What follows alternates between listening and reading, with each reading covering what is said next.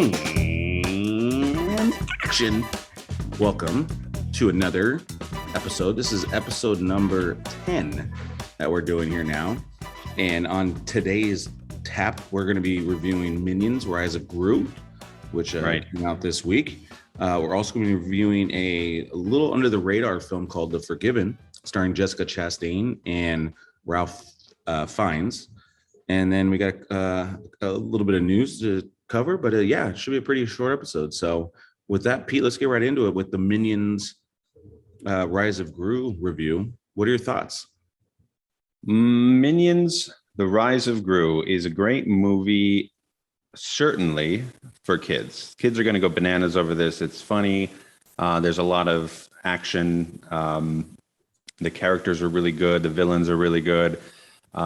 Great music, of course. I think even the parents of the kids that go and see this are going to really, really enjoy themselves. It's tough, though. I'm not one of those parents that tries to recommend family movies to people without families. It's good. It's a good movie, but I think it's the fifth installment of the Minions, just in terms of films. And you can kind of tell that they're kind of coming towards the end here. It wasn't the greatest film, but it was super fun.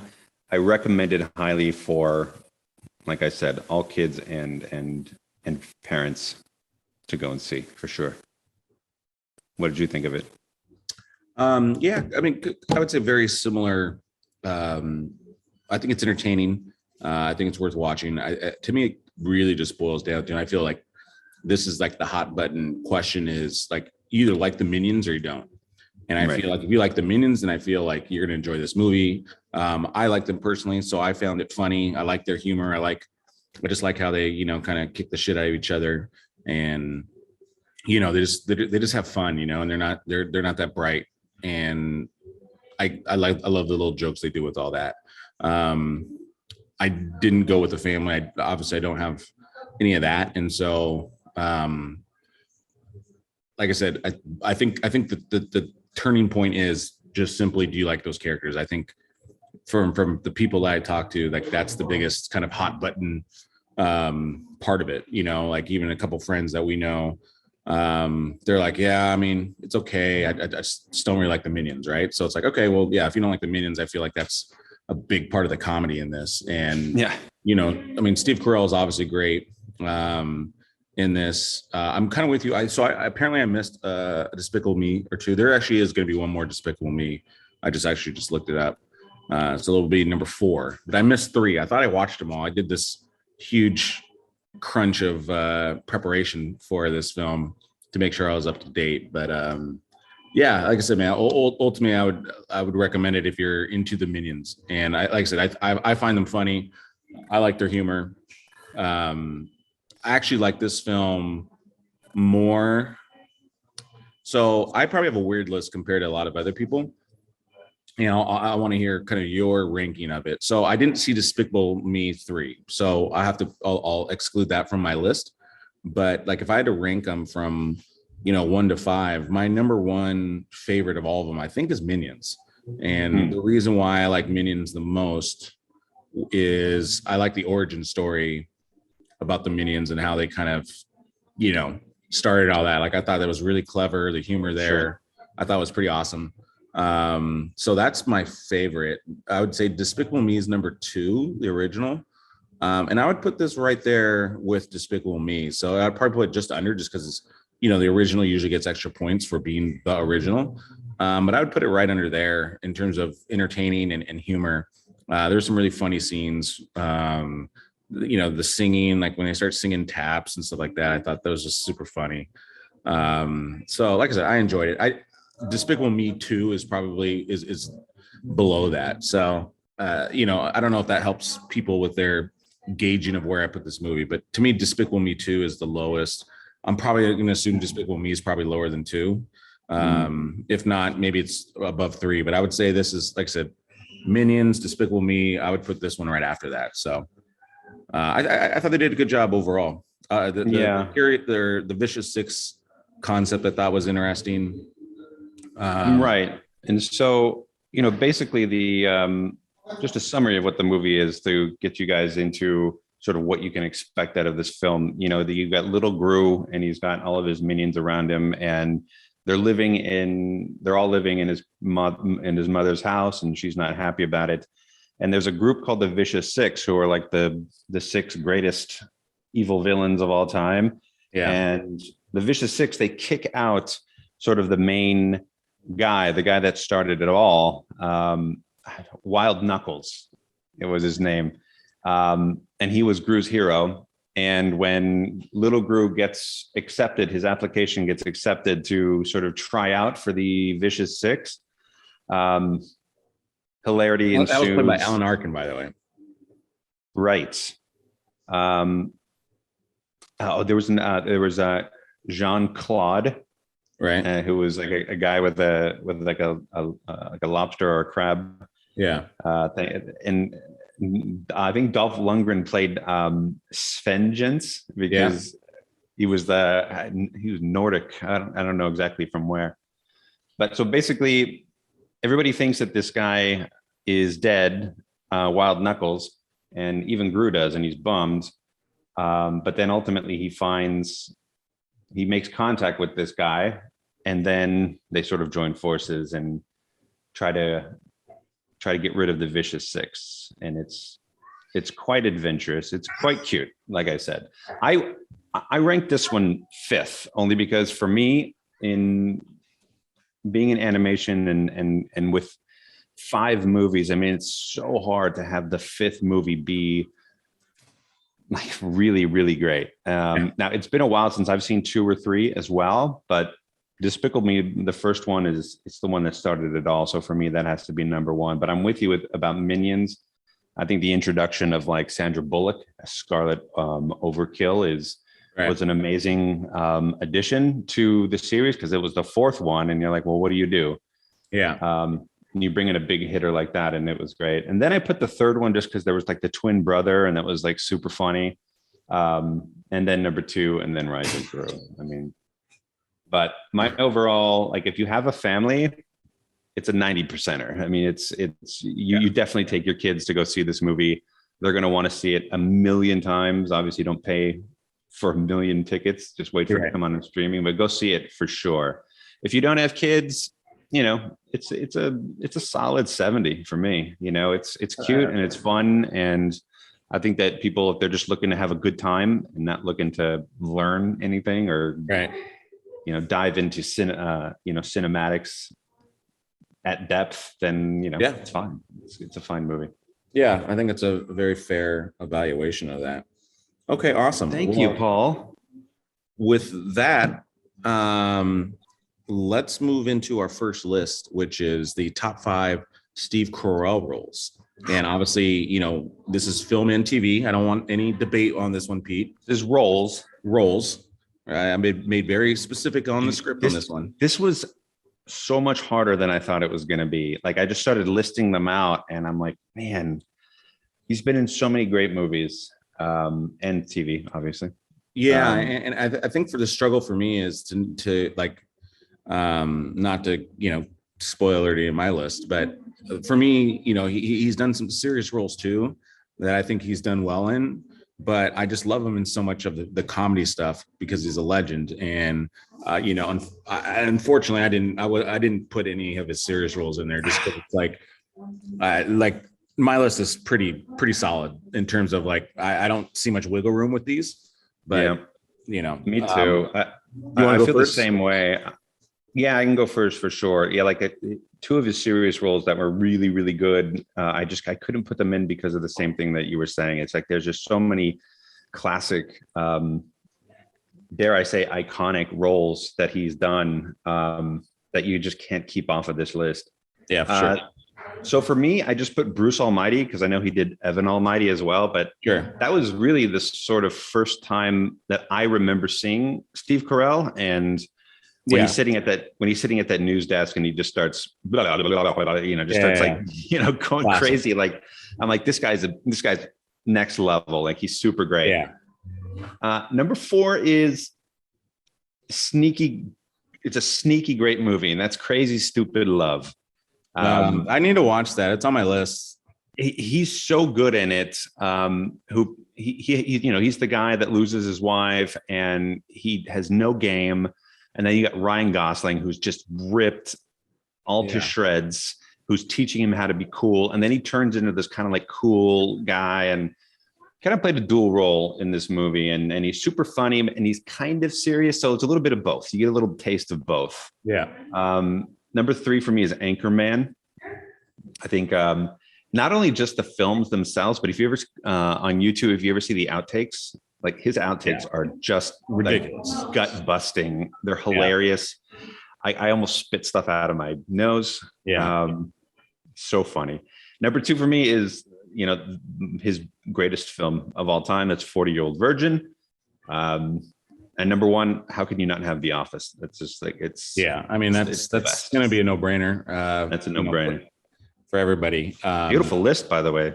Yeah. And going to your point, like with Anchorman, like the outtakes, so funny. I listened to like the lady, Office Ladies, which is, with Jenna Fisher and Angela, and they go over behind the scenes stuff and all that. And they constantly just praise Steve Carell on his just unique ability to not only not break, but just be able to come up with so many different takes that are like legitimately good. And, I heard the same thing with the Office stuff. Like there's so much good stuff that never gets seen because he's just so good at what he does with, the prep and all that. Like, he came from Second City and all that stuff. So, he's got the sketch brilliance to him, so. Yeah, it's true. Like he's so good at not breaking character. Like in those Anchorman 2 bloopers where Paul Rudd and even Will Ferrell, who doesn't often break. Yeah, they're cracking up, and Steve Carell just got this straight face. Except there's a scene where Steve Carell and Kristen Wiig are doing that scene together, and he just can't stop laughing. And it's one of those things where if you just rewatch it like 3 times in a row, you will just laugh all 3 times you're watching it. The second one, right? Second Anchorman. Talk about the second Anchorman outtakes, which are hilarious. Yeah, I got to check that out. For sure.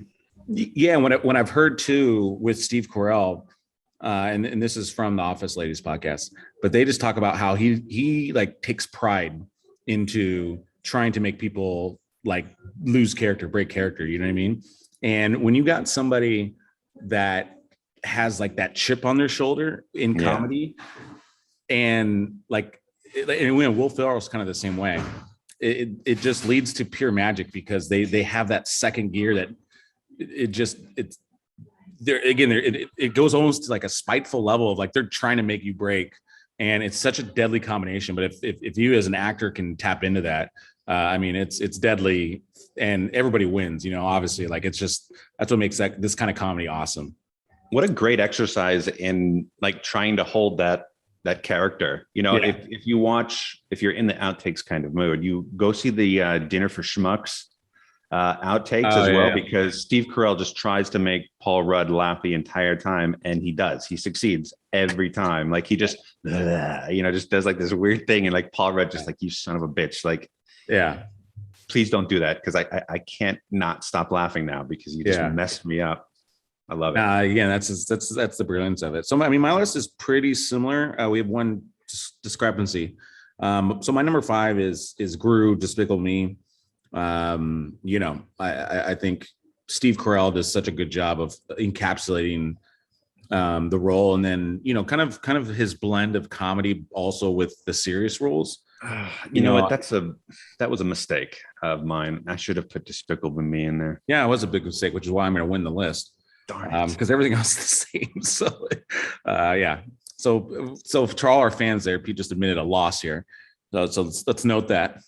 But yeah, and obviously there's 5 films. Actually, he's not in all 5, but actually no, he is. He's in all 5 films. But again, like he just the blend of comedy and seriousness. And I didn't realize how serious Despicable Me kind of was. Like I didn't really know what the movie was when I watched it. But yeah, there's a lot of heart. Yeah, it's a lot about family and pretty deep character. And obviously he's really good at that blending. Number 4 is Anchorman, just because it's a smaller role for him. I mean, Anchorman on my list would be number 1, but his role isn't as big as the other one. So I put that number 4. Brick Tamlin's just awesome.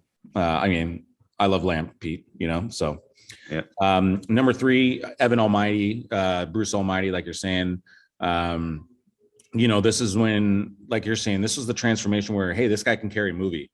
And Evan Almighty, I want to say, was his first true film where he led it, and he deserved it. And I think he did a great job. And but again, wasn't that after 40-Year-Old Virgin, or no? I don't think so. I could be wrong. Well, and I just look. And I just look real fast. I keep talking. I got it right here. Yeah. And then my number 2 is 40-Year-Old Virgin. Like you're saying, that's his greatest film. I mean, 40-Year-Old Virgin was 2 years before. Oh, okay. So 40-Year-Old Virgin is where obviously where he showed he can carry a film. But I mean, it's just Judd Apatow. It's just a brilliant comedy. One of the greatest comedies of all time, and in no small part to his brilliance as well. I mean, he's literally the perfect guy. I don't know anybody else that could have done that role with both the comedic aspect of it, and then just, like I said, also just fit that role. Yeah. And then of course number 1 is Michael Scott, Paper Company. The Office. I mean, it's just one of the greatest TV characters of all time. I mean, he's cringeworthy, he's hilarious, he's in so many different directions. We'd never seen a character like him before. And it's so awkward. It really does make me feel uncomfortable when I'm watching The Office, and I know that's the point, but for sometimes it's tough for me to watch The Office because I just feel really uncomfortable in what's going on. And every time he opens his mouth, you're just like, it's almost the same, but times 10. Like when George Costanza would just open his mouth in certain Seinfeld episodes, where you're just like, oh, come on, man. Like what are you doing? Stop talking. Yeah, just stop talking, please. And I don't want to see what's going to happen next if you keep talking. And then Steve Carell just keeps going and going, and you're just like, oh my God, it's so, what a dick. Yeah, so awesome. Well, obviously, I think I won the list there. Pretty much a perfect list. I didn't take any chances there. And you can see with my list, you can see why, again, I couldn't, he was excellent in Foxcatcher. I believe he was nominated for Foxcatcher, wasn't he? Yeah. But Last Flag Flying was real good. Yeah. I couldn't fit those in because it's like, dude, I'm not Brick Tamlin. I'm not taking off Anchorman, even though no. But even in Vice, he was super great. Like he played Donald Rumsfeld and Big Short too. I wanted to include Big Short was good. Dinner for Schmucks. Yeah, if you're in the mood for Schmucks again, I don't know if I fully have seen that one. It's just a silly, stupid movie, and it's fun. Date Night, I need to see. Date Night was good as well. It's just fun. It's a little bit more action with the comedy because they're on the run. I've seen parts of it. I just need to sit down and kind of rewatch it to kind of process it better. But all right, well, moving on. So the next film, guys, again, like I mentioned in the beginning, this was a film I probably would not have seen if I did not have the AMC Movie Pass. And if you don't have this, we're not getting paid by them. But if you don't have the AMC Pass, guys, it's basically the same price as Netflix, but you can go see up to 3 movies a week. And you can see IMAX movies, you can see 3D movies, you can see whatever. You can see 3 movies a week. So you can see up to 12 basically movies a week, or I'm sorry, a month, with it for about $25. And free popcorn refills. Yeah, free popcorn refills. And you get rewards and stuff like that. That's actually pretty excellent. So a lot of people don't even know that AMC offers this, but this what allows me to go see all these movies. And again, with this podcast combined with my AMC Pass, I was like, oh, Jessica Chastain's a new film. Let me go see this film. And, I'm glad I did, because this is a different film than a lot of films out there. This is a kind of unique story in the sense that you don't really know where it's going, but you're still kind of interested in it. And I'll give you kind of a quick, subtle premise so I don't give anything away. But ultimately, the whole film it's shot in Morocco. And again, Jessica Chastain, Ralph Fiennes, they're a married couple, and I they're think on it's their way. Fiennes. Fiennes. What did I say? Fiennes? But Ralph Fiennes. Fiennes. Yeah, I think it's Fiennes. It should be Fiennes if it's German, because Pete, as you know from our German study, you pronounce the second letter, i.e., you pronounce the E, not the I. But yeah, but I'm American. but yeah, so they're a married couple. They go to Moroccan for this like desert party or something like that. But on the way to the party, they end up hitting and killing like a small Moroccan boy. And so it kind of derails their kind of party. And so, it's it's ultimately an accident, but at the same time, they're in a different country with different customs. And so, Ralph Fiennes is just kind of in this weird predicament of like, okay, yeah, I'd have nothing to hide. Sure, I'll meet with the father and all this stuff. But it's just like I said, it's just an interesting kind of story. I thought it was well paced. Like sometimes these movies can be a little too slow paced, but it was just an interesting movie, man. And again, I'm super glad I went to see it. It's just, again, you're learning different customs. It's just a kind of a unique story that it's kind of, again, kind of the great thing about films is just, you don't always, you get to hear different stories that you're not used to. And I enjoyed it. I would recommend it if you have the appetite for, again, this isn't like an action movie. It's not a murder mystery. This isn't a genre film, really. It's just kind of a story, and it's based off a book. And it's just one of those that you just kind of get engaged in, and story moves fast enough so you don't get too bored. And the acting is excellent in it. And again, it's actually kind of funny too. Like, these characters are interesting characters, and I enjoyed it. So I would recommend it if you're open to trying something different. For most of you, it'll probably be on the streaming side when it comes to streaming, but it wouldn't be a bad movie to check out. So. Well, I've got the pass just like you, so maybe I'll go check it out. I haven't seen this one. In fact, to be honest, I haven't even really heard much about this movie. I didn't even hear it. When I was doing research for this podcast. Yeah, I saw it and I was like, you know what? Like, again, it's kind of our job is to go see these movies. So I was like, I should go check it out. And I'm a big Jessica Chastain fan, so I trust in her ability to pick a film. Besides maybe the 357 is like the only film I didn't really like of hers, but it wasn't her fault. But right. But typically I've enjoyed her last few movies that she does. So, and with that, Pete, and then we call this a perfect segue. We're gonna go to our last list here and do our top 5 Jessica Chastain movies. And man, she's got some great movies. This one was a little bit harder from of her films. I mean, I think I've seen 5 of them, but I've seen the really good ones. But I know she's been in a lot of great ones. I just haven't. I mean, every time I get a list going of movies I need to watch, that just keeps growing and growing and growing. And with 2 kids, it's just like when do you find the time to watch every movie ever made? So she's definitely one of those actresses that I'm really just regretting not kind of staying up to date on her career. Yeah. Well, I'll go first. Yes. So my number 5 pick is a movie I saw on Amazon, I want to say. And I didn't, kind of the same thing as this movie, as The Forgiven. Like, I didn't hear any kind of pub on it. And all of a sudden it's like, oh, Jessica Chastain's in this movie. And I'm like, okay, interesting. And it's a true story. And it's called A Woman Walks Ahead. And she plays a character named Catherine Weldon. And basically she's a portrait painter in the 1890s. And she travels to Dakota to paint a portrait of Sitting Bull. And it's just kind of the same thing as this film. It's just like just kind of this interesting adventure, and it's just a different kind of story. But it's just fascinating, again, like, she's trying to paint Sitting Bull, who's obviously a iconic person in American history. And so you're just getting this kind of cool, different perspective of American history. in the film. And so, she's excellent in it. The movie, again, I think is sneaky good. And again, it's not a movie that a lot of people have seen, but I thought it was a solid film. And I haven't, so I'll add that to my ever-growing list. Yeah, I think it looks like it's on Showtime right now. So if you have the Showtime, you can see it. My number 4 pick is a Western as well. She's in a movie called Lawless.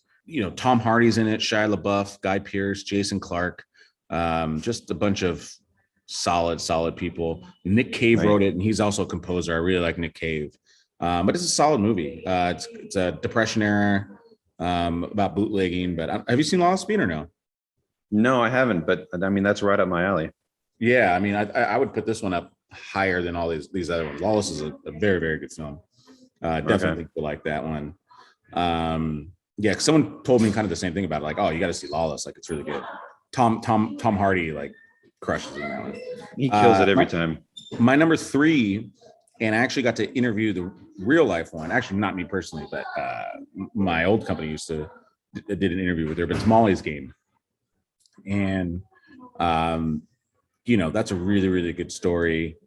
The book is excellent as well, but she plays Molly, obviously. And if you haven't seen that one, really, really good film. I believe it's on Netflix right now, if not another streaming service, but it should be fairly easy to watch.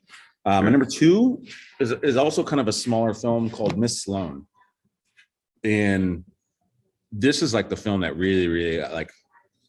I mean, my number 1 film is maybe the number 1 reason why I like her, but this one was like another film where I was like, she really carried it. And she's just such kind of an obsessive, compulsive kind of character in this one. Yeah. But the music's really good. Max Richter did the score of it. Have you seen Miss Sloane or no? Yes, I have. Okay. And yeah, it's just a really, really interesting film. And then it's well written. And so it all comes to a nice heat at the end. Great ending. And, some of these films, like endings are some of the hardest things to do. And this film crushes it at the end, and super fascinating.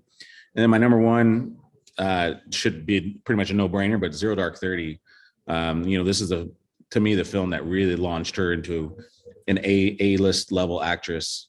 Yeah. And, one of my favorite films of all time, but it's the hunt for Osama bin Laden, and she plays I guess technically it's a fictional character, but she's based off of the real CIA agent that tracked down. But she's just such a beast in this film, and just carries it. She goes through different emotions, and just a great performance on her part.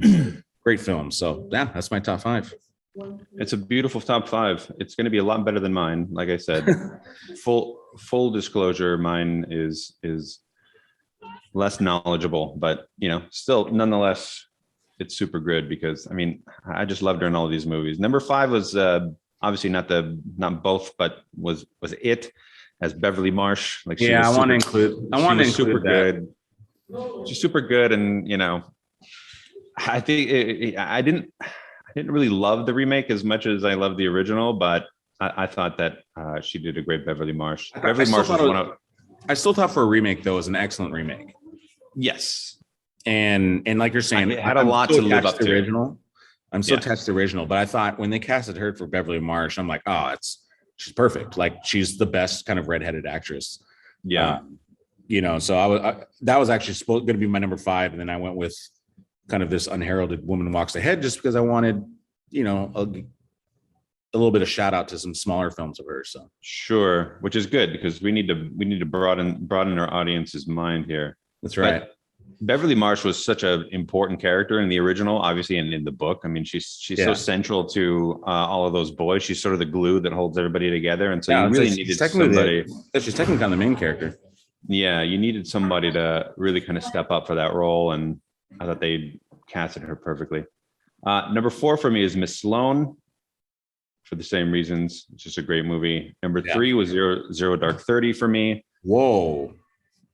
Number 2 was Molly's Game. Molly's Game was great. I just loved it. I thought she was incredible. Number 1 for me is a movie that I just I've watched it like 3 or 4 times, and every time I watch it, I just pick up on something new, and I find it really fascinating. And the fact that it just keeps wanting me to watch it over and over again. It's Interstellar. I thought that her role in Interstellar was awesome. I thought her range that she did in her performance was amazing. Like she can be the super maddest. She could be cool and intellectual. She could be devastated to the point where you're almost crying as well. I mean, her range in that film is just incredible. It's not really good in that. It's not as big, obviously, as Matthew McConaughey's role, because that's like his movie. But yeah, the movie's about her in a way, and what it does, what she can do. And I think that she elevated that character.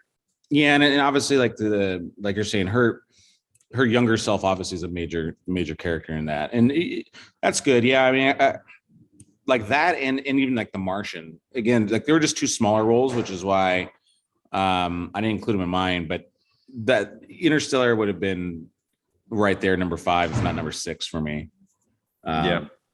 Just again, the only reason why I didn't put it on my list was just a little bit too small of a role that compared to these other films. But that's a good one.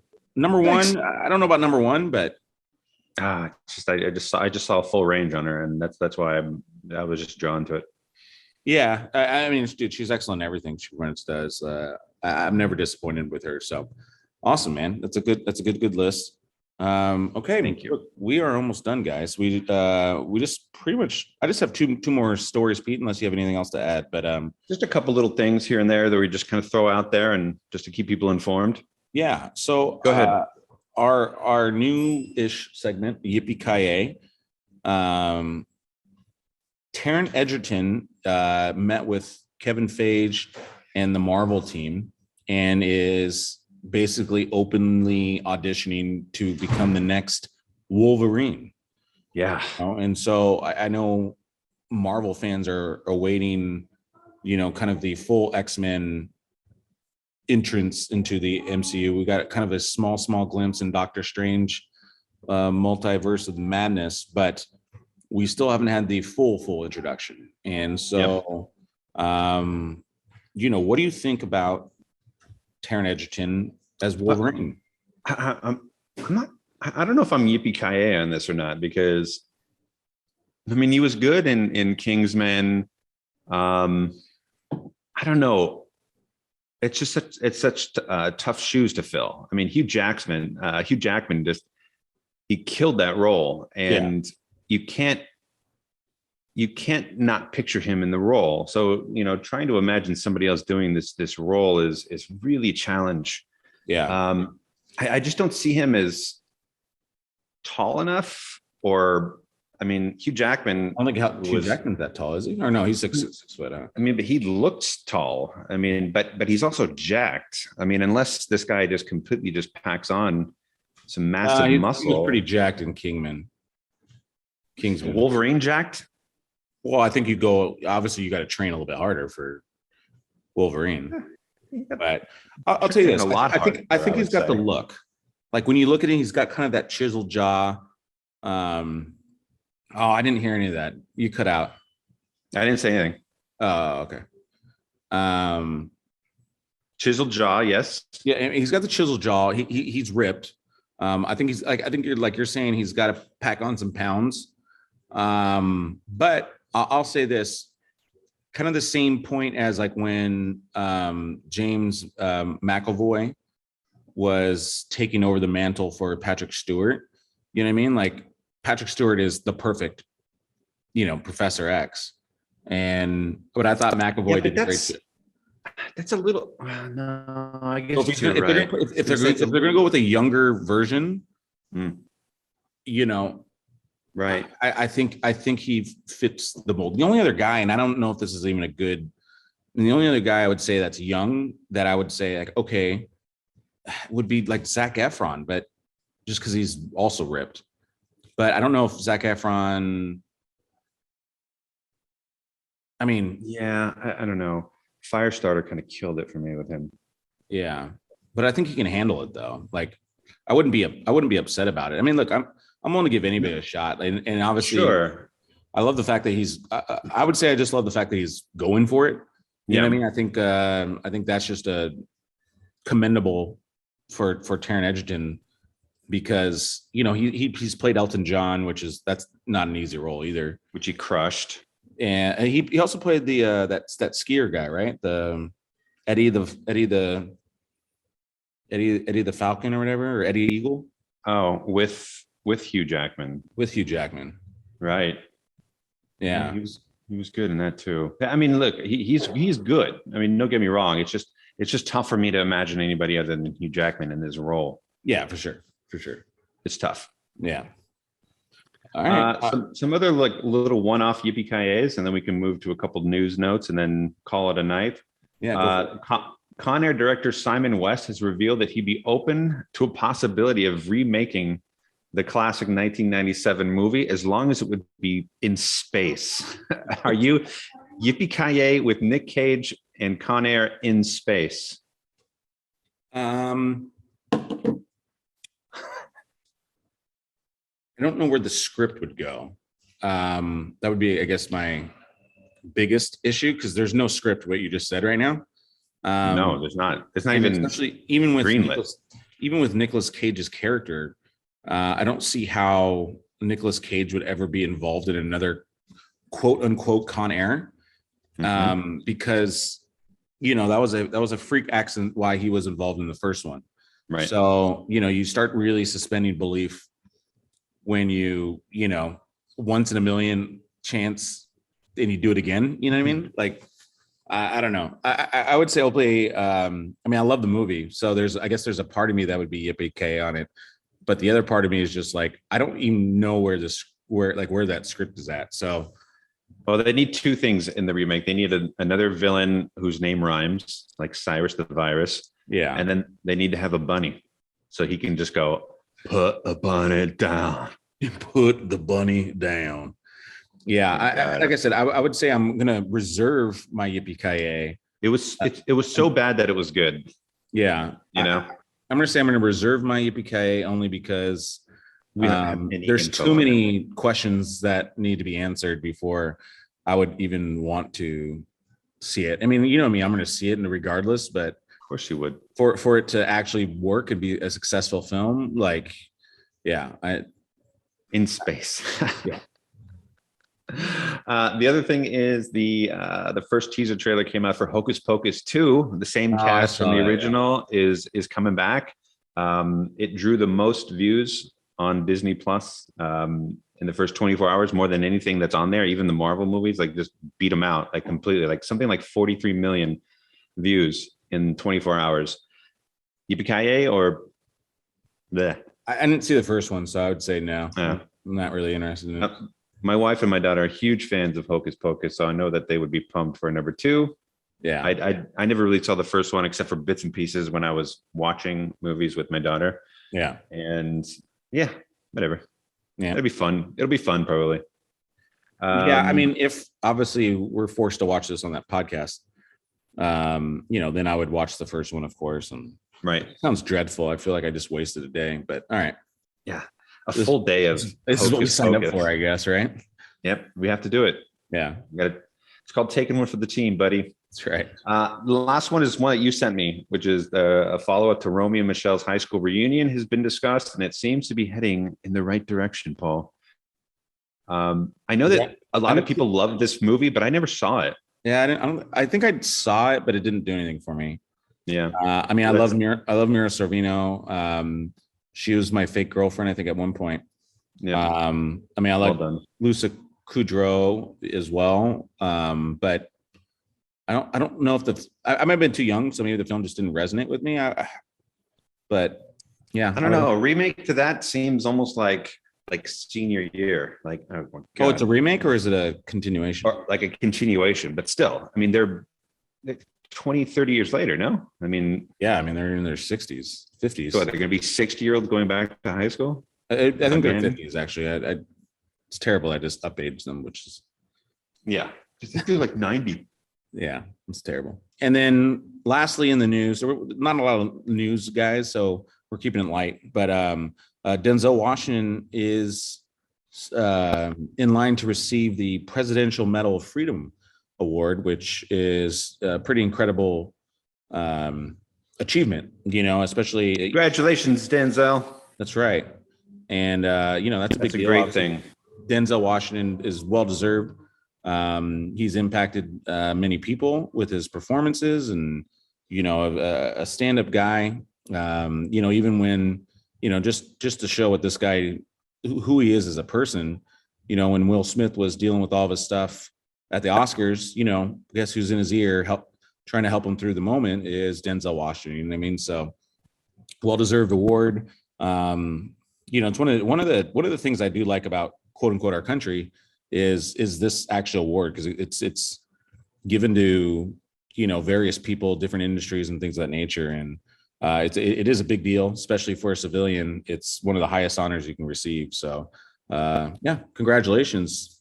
Yeah, and it's also not just about his work on the screen, but I know he's been doing a lot of work, I believe, with the Boys and Girls Club, I think, or something. Just a huge contributor, and it's just sounds like a stand-up guy. So, and he's great. So, absolutely, well deserved. Absolutely. Well, Pete, that about wraps it up. For anything else, one other thing. Happy 30-year birthday to A League of Their Own. Oh, nice. Came out on July 1st, 1992. Nice. We'll be reviewing that one at some point. That's a good one. Yeah, I definitely love that film. And so on tap, guys, what we have next week, you'll be seeing, after this podcast airs, you'll see Karate Kid. That's already shot, and that'll go out probably Thursday next week. And then we'll be reviewing Thor: God of Thunder next week. Love and Thunder, no? Love and Thunder. Yeah, what did I say? God of Thunder? Yeah. I mean, he is. Yeah. He is the God of Thunder, and it's not. I didn't lie there. Yes. So we'll be reviewing Thunder. We'll be reviewing that next week, and then we'll be. I believe Ferris Bueller's Day Off is on tap to be reviewed.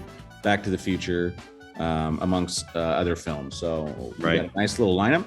If you guys haven't already, please make sure you like and subscribe to the podcast to keep getting more amazing. Tell your family and friends. Yeah, spread the news. We are growing, and we want to get you more and more content. So, like, subscribe, share, the whole nine. And with that, Pete, you know what time it is. And cut. And cut.